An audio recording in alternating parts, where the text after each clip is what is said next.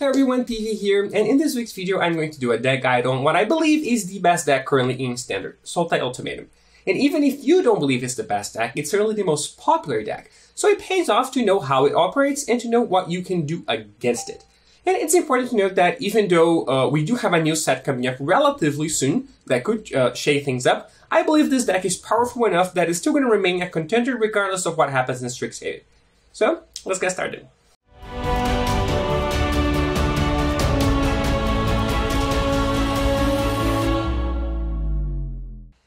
This is the list that I've been playing, it's the list that I played in the Kaldheim Championships, and it's also very similar to the list that Gregor Szkowski played to a second place finish in that same tournament. It might actually even be the same list. We tested together, so the lists are going to be almost identical or identical. There are a lot of ways to build this deck. I think you could play a lot of different cards, different details, but the core of the deck is going to remain the same. So regardless of how you build it, the deck is going to try to do the same thing in the same matchups, but this is how I would personally build my version, so it's the one I'm going to talk about. At its core, this is an Emergent Ultimatum deck, which is why it's called Sultai Ultimatum. So the goal of this deck is to get to 7 mana, play Emergent Ultimatum, and win the game. This is a ramp deck. It has some control elements, right? It has sweepers, it has removal, it has counter spells, it has card drawing, so it looks like a control deck, but it does not operate like a normal control deck, and if you look at it as a control deck, you'll be playing the deck incorrectly. The key is that you're just buying time to get to Emergent Ultimatum. You're buying time to resolve this 7 mana card, and this is how you're winning the game. Your goal is to resolve this 7 mana card, to ramp into it. Your goal is not to acquire full control of the game. So if you're used to decks like, Dimir Control, Azorius Control, and just grind the opponent down, even Esper Yorion in Standard is a deck like that, or a 4-card Yorion. You're just trying to prolong the game and get incremental advantages until you eventually bury them into card advantage and you have this hand stacked with counter spells or Teferi Ultimatum going on. So these decks operate very differently from Sultai Ultimatum. Right, Sultai Ultimatum is not about incremental advantages, it is about having your super bomb that costs 7 win the game for you, and everything else in your deck is about setting up for the bomb, buying you time to cast that bomb and finding that bomb. So even though you do operate somewhat as a control deck in the early stages of the game, this is not your final game plan with this deck. Your game plan with this deck is get to 7 mana, cast Ultimatum. And you have to remember that. You have to remember that you are basically a ramp deck with some control elements rather than a control deck with a ramp finisher. One of the things that might be a bit tricky about that deck is the Emergent Ultimatum card itself. Right, the way it works is you search your library for 3 cards, monocolored, so you can get other copies of it. Your opponent chooses one, you put it back in your library, and then you cast the other 2. And which 3 cards you're going to get are going to depend on your situation, right? It's impossible to have a one-size-fits-all approach here, because each situation is going to demand different cards. But the idea is that you're usually getting a combination of Auron's Epiphany, Vorinclex Monstrous Raider, Kiora Bast the Sea God, the Valki God of Lies, which you can play as its opposite side, right? The Tybalt Cosmic Imposter. So even though the Tybalt itself is double colored, the Valki is single colored, and that's the card that counts, the front card. So you can choose Valki with Ultimatum and then play the backside. And Shadow's Verdict is, I think, a card that you often get in your Ultimatum piles. So you're usually going to get a combination of those cards, sometimes Pelaka Predation if you're playing the mirror match specifically. And the key is that you choose the order that these cards go on the stack. So for example, if you choose Vorinclex Monstrous Raider and the god, the Tybalt Cosmic Imposter, you can put Vorinclex on the stack second, so you have to click the Tybalt first, and then you have to click the Vorinclex, and the Vorinclex will resolve first, and then the Tybalt will already enter play with 2 counters. Right? Sorry, with twice as many counters, which means you can immediately Ultimatum. Right? The same is true with Kiora Bast the Sea God. If you get Kiora Bast the Sea God and Vorinclex, you can stack them so that the Vorinclex enters play first, and then the Kiora enters play, and you get both chapters at once, where you get that chapter 1 and chapter 2. So this is why these piles are so good, and then you get the Epiphany to get an extra turn and some tokens, and maybe win from there. So the most common scenario, I would say, is that you're getting Tybalt, Epiphany, and Vorinclex. And they cannot give you Vorinclex and Tybalt, because that would result in an immediate Tybalt ultimate. Right, so what people usually give you in this spot is Vorinclex and Epiphany, which means you attack for 6, you take an extra turn, you attack for 8, and then you have whatever you have. Right, so you're dealing 14 damage in this process, and if you have something like a Yorion already in play, then that's enough to actually attack them for lethal in this 2-turn window. So playing Ultimatum doesn't guarantee a win on the spot, but most of the time that you play Ultimatum, you will be able to win the game, unless your opponent has a lot of stuff going on, right? And the stuff can't be, it can't be all creatures, because you have ways to deal with that. You can just get a Verdict, or, an Extinction Event, depending on what the creatures are, or they cure a Best of Sea God. But if they have a lot of stuff in their hand, for example, to answer your creature, they can answer your Vorinclex and stuff like that, then it might be hard to win immediately. But most of the time that you cast Ultimatum, you're getting at least an extra turn and a couple creatures, right? So it's always going to be a good card, even if it doesn't win the game immediately. It usually sets it up so that you win the game right after casting it. You might also have noticed that this is a Yorion Sky Nomad deck, so it's playing 80 cards and it has Yorion as a companion. And this might be part of the reason why people misunderstand this deck as a control deck, as a grindy deck. Because Yorion decks usually are like that. They want to, get incremental advantages with their permanents and eventually blink everything, and gain a super advantage by playing this Yorion card. And this is not, again, what this deck is trying to do, but it is something that it is capable of doing in some spots. And Yorion here is not a main part of your plan. It's basically a backup plan. So you're using Yorion to gain a small advantage with Omen of the Sea, or with Binding to the Gods, or with Esika's Chariot, or Elspeth's Nightmare. So you do have, a lot of things that can be blinked, but your goal is not to set up this huge board and grind into oblivion with Yorions, right? This is mostly a backup plan, a way to have something in the middle of the game, because this deck is very polarized, right? It plays a lot of 2-mana cards, and then it plays a lot of 7-mana cards. It doesn't have much in the middle. So a pretty common turn, for example, is to, a pretty common sequence of turns, is to play a removal spell on turn 2, bring back Yorion on turn 3, then on turn 4 you play either the Binding or the Esika's Chariot, and on turn 5 you play the Yorion. So having the access to this Yorion gives you something to do in the middle of the game, which is where you're traditionally very weak. So your deck is good early, a little bit, it sets up early, and then it does something very late, but sometimes has nothing in the middle, and the Yorion is something to do in the middle.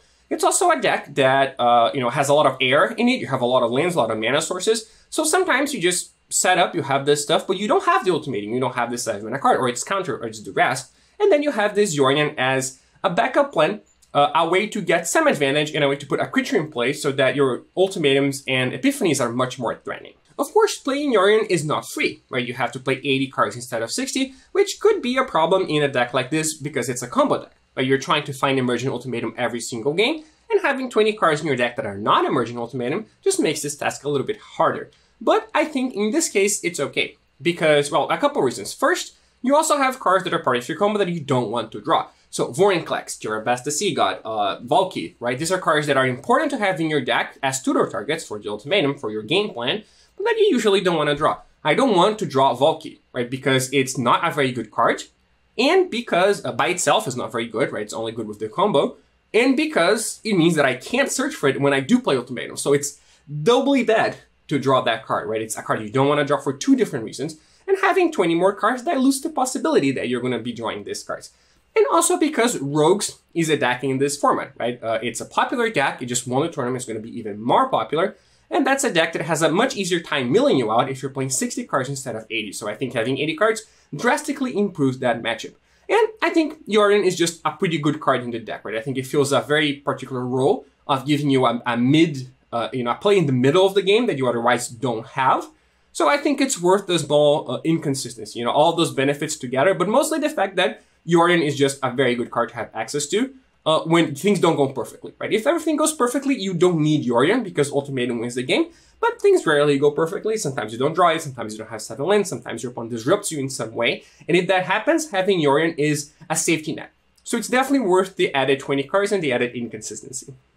Now, a lot of the choices in this deck are pretty standard. I want to talk a little bit about the ones that aren't. And I think the biggest change here is this card, Pelakka Predation, because previous versions of the deck played 1 Duress. And they played 1 Duress because it was important to be able to get something proactive with your Ultimatum piles against the mirror. Because in the mirror, your goal is to make them not cast their Ultimatum, right? And you can't get a search for a counter spell with your Ultimatum, because it doesn't do anything, right? You have to answer it before they play it because it's your turn. It's a sorcery. And Duress is the card that gives you the ability to do that. But Duress is also a horrible card versus a lot of the field. It's very bad versus mono red, right? Aggro, it's very bad versus mono white. It's very bad versus all the Gruul decks. It's just, you really, really don't want to draw that card. So, Pelakka Predation comes in as a card that fills both roles. right? It's a card that, you know, it does what you need it to do when you're using it as an ultimatum pile. And it's also a land against the decks where Duress would be bad, right? And even against those decks, it's going to be better than Duress because you can take your creature, right? You can take their Torbrand, for example. You can take their Goldspan Dragon, right? So I think it's just an improvement over the Duress list, and it's something that I think everyone should adopt. You should not play Duress in this deck. Even Agonizing Remorse is better than Duress. Duress is a pretty bad card in the main deck of this standard format. The other card is Elspeth's Nightmare, which is a card that, you know, most people didn't play before because this was not what the deck was trying to do. As I said, this is not a grindy deck. You're not trying to get 2-for-1s. You're trying to just kill them with Ultimatum, right? And Elspeth's Nightmare is the opposite. Elspeth's Nightmare is this grindy card that you're trying to play and blink and play the slightly longer game. But the reason it belongs in the deck now is for 2 decks, because Cycling and Rogues are both more popular now than they were before. And this card is very good versus both of them, because in Ender's Play, it kills a creature.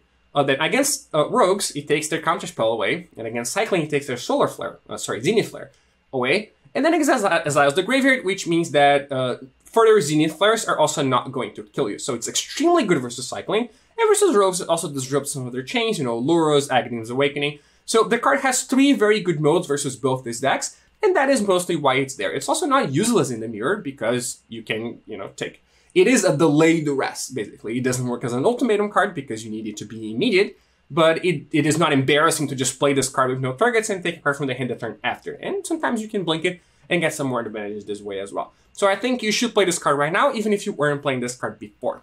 And finally, there is one Polukranu's Unchained in the deck. It was in the sideboard before, but I think it's good enough against a lot of the field that it's just worth playing it in the main. Having one escape card in your main deck is very valuable versus Rogues, right? Because they're milling you into it, especially game 1. You know, game 2, they might not have as many mill cards, so it's not as good, but game 1, it's very good. And they do mill half your deck, so you have a decent chance of seeing it, even though there's only 1 copy in an 80-card deck. And if you draw that versus a deck like Timur, it's totally okay, right? It's just a fine card to have. It does die to Giant Killer versus the white decks, which is not ideal, but I still think it's just a completely fine card to have, and I like one in the main deck. And then this is the sideboard. The first part of it, I think, is pretty self-explanatory, right? Duress, Negate, Eliminate. It's obvious when these cards are good. Duress and Negate are good versus matchups where you need to deal with spells, right? Rogues, the Mirror, you want to force through your spells or deal with their spells. And I would include Cycling here too, because Negate is actually good against Zenith Flare, because that's the card that kills you the most. And Eliminate is obviously good versus creature decks, right? You want it against any deck that has creatures that cost 3 or less. So Eliminate and Extinction Event, I would say, are the cards you want in this matchup. So I think those are it's pretty obvious when you're going to bring them in. The Elspeth's Nightmare is just another copy of the card, right? It's very good versus Rogue. It's very good versus Cyclone, so we wanted access to a 3rd copy. And sometimes you bring it in on the play as well against aggro decks, right? It's not very good on the draw because it's quite slow, but on the play, you can just use it to kill one of their creatures and sometimes snipe something from their hand, right? You can make it more awkward for them because they wouldn't want to play their one spell yet, and they might have to, or they might be unable to, right? On the draw, it's sometimes too slow, but I think it's a card you can consider bringing in aggro matchups if you're on the play. The rest of the sideboard, the Polukranos, the Elder Gargaroth, the Shark Typhoon, and the Koma Cosmos Serpent, are not that intuitive, and they are part of a sort of a transformational sideboard, because what happens is, game 1, you're a very good ultimatum deck, right? You're very focused on casting the card and winning from it, and people are not very good at disrupting you. So that is a good enough plan. For game 2, most people become better at disrupting you. So the red decks get Roiling Vortex, for example. The white decks, they get, you know, more copies of Raidane, or Draenith Magistrate that will also stop the ultimatum, or the Archon of Emeria, right? These are all cards that stop ultimatum. Some people have their own Duresses and their own Negates. So it makes it harder to just play the ultimatum and win, right? Sideboarded games are naturally more disruptive on both sides, so mid-range cards become better. And what happens when your opponent is bringing in these cards? They're taking out cards that deal with creatures, right? They can't afford to have, you know, a bunch of Roiling Vortexes and also removal spells in their deck, or a bunch of, you know, Draenith Magistrates and Duresses and Negates, but all the removal spells still in. So creatures become better after sideboard than they are in game 1. So Polukranos, Elder Gargaroth, Shark Typhoon, and Koma become your sort of sideboard plan against these cards. They're a hedge against these cards. And, you know, obviously you still get to play Ultimatum, right? You're still going to win a lot of games with Ultimatum, but they give you a way to win without the Ultimatum. If you're playing versus a red deck, and they play a Roiling Vortex very early on, and you don't have Binding to Gauze, or you don't have time to cast it, you can just play an Elder Gargaroth on turn 4 with your acceleration, and kill them with it. right? It is going to be good enough to do that. So I think having access to this type of card and knowing that you're sort of transforming your deck, but not really, is going to be pretty useful. So I think this is probably the standard moving forward. It's something that people already did before, right? It's not a novelty that we came up with or anything, but it is important to understand why these cards are there. It's not just because they're good cards in particular matchups, but also because they give you a way to win through cards that your opponent might have to disrupt you. So there are sideboard cards that are good versus their sideboard strategy. When they take out removal and bring in cards that deal with spells, because you're a spell-based deck, you answer then with mid-range sized creatures, right? This is a strategy that's as old as time, basically, and it works very well here. And the one matchup I want to highlight here is Dimir Rogues, right? Because that is a matchup where the sideboarding is very, very unintuitive. And the sideboard plan that I've been doing, which is the same sideboard plan that, Brad and company were doing when they originally played the deck many tournaments ago, is to actually take out all your ultimatums. So when I'm playing against a deck like Mono Red before Roiling Vortex, I might take out one ultimatum. And because I don't want this to be my only plan, my main plan, I don't want it to be my only plan, but it's still my main plan. Versus Rogues, it's very hard to have ultimatum as your main plan. Why? 2 reasons. First, because they are very good at disrupting, right? They have Mystical Dispute, a lot of counter spells. Sometimes they have Duress as well. So it just becomes very hard to resolve that card. You have your own counter spells, you have your own disruption, but they have a lot of it. So it's a hard card to resolve. And the second reason is that they mill you a lot. So it's a deck that is incidentally milling you, even after sideboard. Sometimes they don't have crabs, they don't have as many ways to mill you, but they're still removing cards from your deck, which means that it's harder for you to find perfect ultimatum piles. When you play some games versus Rogues, where they'll mill 20 cards from your deck and they'll get your Cura Basta Seagull and your Vorinclex, and all of a sudden you have an ultimatum that doesn't even do that much. So the fact that they're getting rid of your cards, almost passively, means that there's a chance this ultimatum is not going to be as good as it was before, even if you manage to resolve it. And the way of answering that is just take out the ultimatums. So you take out the ultimatums, you take out the expensive cards, the Kiora, the Vorinclex, some of the Epiphanies. You take out some acceleration, the Wolfwillow Havens, because you have nothing to accelerate into, and you turn it into a true mid-range / control deck. Where you're trying to win with Polukranos, you have a lot of removal, you have a lot of dresses, you have a lot of reactive cards, and you're trying to win with Polukranos, Gargarosh, Heartless Coma, and Yorion, right? And Chariot, especially. This become your way of winning the game. So, a very, very different plan. This is the one matchup where you radically change your plan. You go from being a ramp / combo deck to being a control / mid-range deck. So this is the matchup in which this happens. And this is part of the reason why the sideboard is configured that way. Because once you take out the ultimatums, you have to take out a lot of other cards. And then you have to be able to bring in basically your entire sideboard, which you can in this version. This is what I have for today. And again, remember, even if you're not playing this deck yourself, it is the most popular decking standard. It's arguably the best decking standard. And it's probably going to continue being very popular once Strixhaven hits. So you need to know how it works. You need to know what strategies it has so that you can combat it even if you aren't playing it yourself. And if you want to support my work a little bit more, make sure to check out my Patreon page. It's twitch.tv/PVDDR. And there you can find some perks such as deck updates before my tournaments, regular Q&As, and early access to the videos. And special thank you to my biggest supporters, Geoffrey Whitehead, Jaime Gonzalez, Lawson, Mattia Giardini, Thomas Pocorni, and TJ Webb. I really appreciate the support, and I'll see you next week.